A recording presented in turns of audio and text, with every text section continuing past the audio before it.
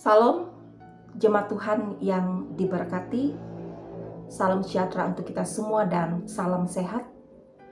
Pada hari ini kita kembali merenungkan akan firman Tuhan sesuai dengan nas Almanak Gereja Kalimantan Evangelis yang diambil dari kitab Hakim-Hakim pada pasal 4 ayat 8 sampai dengan 24. Nah, sebelum kita merenungkan akan firman Tuhan, mari kita berdoa. Allah kami dalam Yesus Kristus, terima kasih atas segala penyertaan-Mu di sepanjang kehidupan kami. Dan hari ini kembali kami diizinkan untuk bersama belajar dan merenungkan akan firman Tuhan. Tolong kami Tuhan dalam kuasa Roh Kudus-Mu, agar firman-Mu dapat kami mengerti dengan baik dan dapat berbuah dalam hidup kami yang tentunya menjadi puji hormat akan nama Tuhan. Berfirmanlah Bapa, karena kami siap untuk mendengarkannya. Amin. Jemaat Tuhan, dari kitab Hakim-Hakim pada pasal 4 ayat 8 sampai dengan 24 ini, perikopnya mengatakan Deborah dan Barak. Dan dari perenungan ini saya memberikan judul yaitu Muliakanlah Tuhan dalam hidup kita. Jemaat Tuhan yang diberkati, setelah Yosua mati, bangsa Israel seperti anak ayam yang kehilangan induknya, di mana mereka tidak punya pemimpin yang dapat menjadi panutan atau teladan. Sehingga bangsa Israel melakukan apa yang jahat di mata Tuhan. Untuk itu Tuhan mengangkat para hakim-hakim untuk memimpin dan memerintah bangsa Israel. Nah, para hakim-hakim ini dipakai Tuhan, yaitu Otniel, Ehud, dan Samgar. Meski berganti-ganti hakim, orang Israel selalu melakukan kejahatan di mata Tuhan, termasuk generasi di mana Deborah itu dipilih dan dipakai oleh Tuhan untuk menjadi hakim atas bangsa Israel.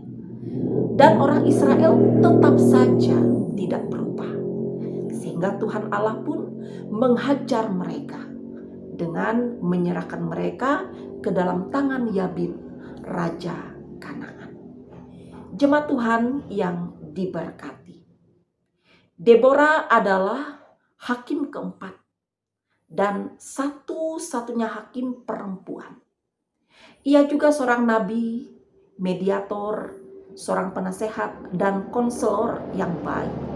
Dapat dikatakan ia adalah salah seorang perempuan yang berpengaruh di zamannya. Mengapa?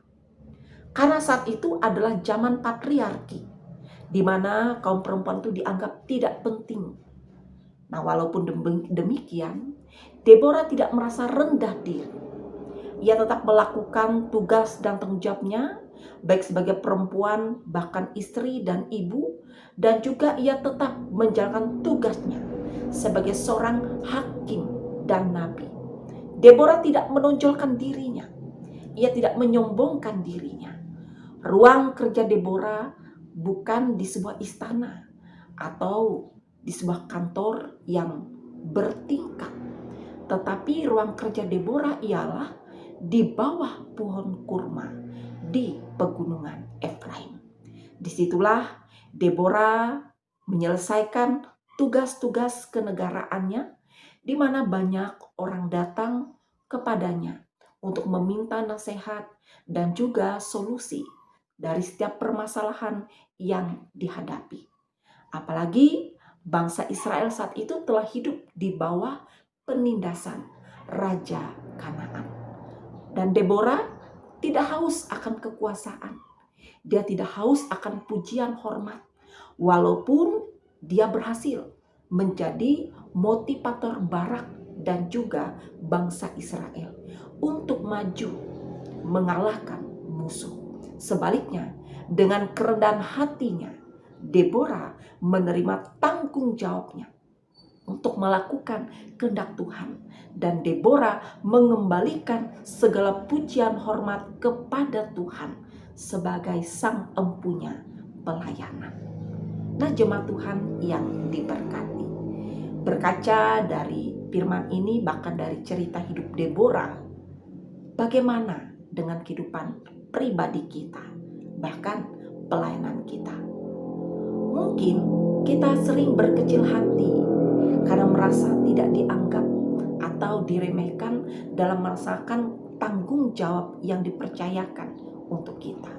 Dan mungkin juga di sisi lain, kita juga bisa menjadi sombong, angkuh ketika Tuhan mempercayakan banyaknya tanggung jawab dan kita menjadi arogan ketika kita merasa sebagai orang yang penting. Harus kita ingat, kedua sikap itu adalah salah. Seharusnya kita belajar rendah hati seperti Deborah, dengan penuh keberanian dan tetap mengandalkan Tuhan. Kita bisa menerima tugas dan tanggung jawab yang Tuhan berikan.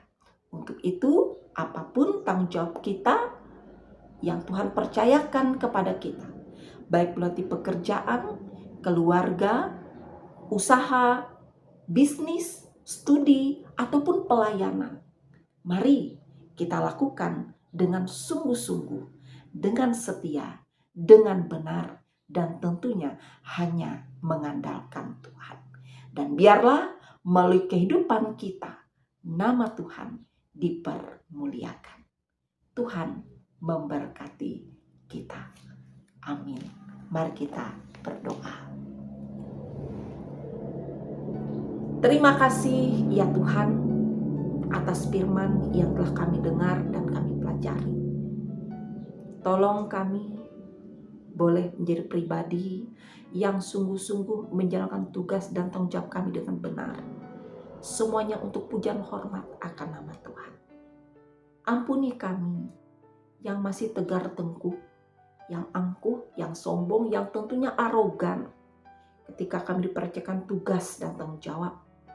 Kiranya kami belum menjalannya dengan baik dan dengan hanya mengandalkan Tuhan, sehingga pujian hormat hanya kami berikan kepada Engkau.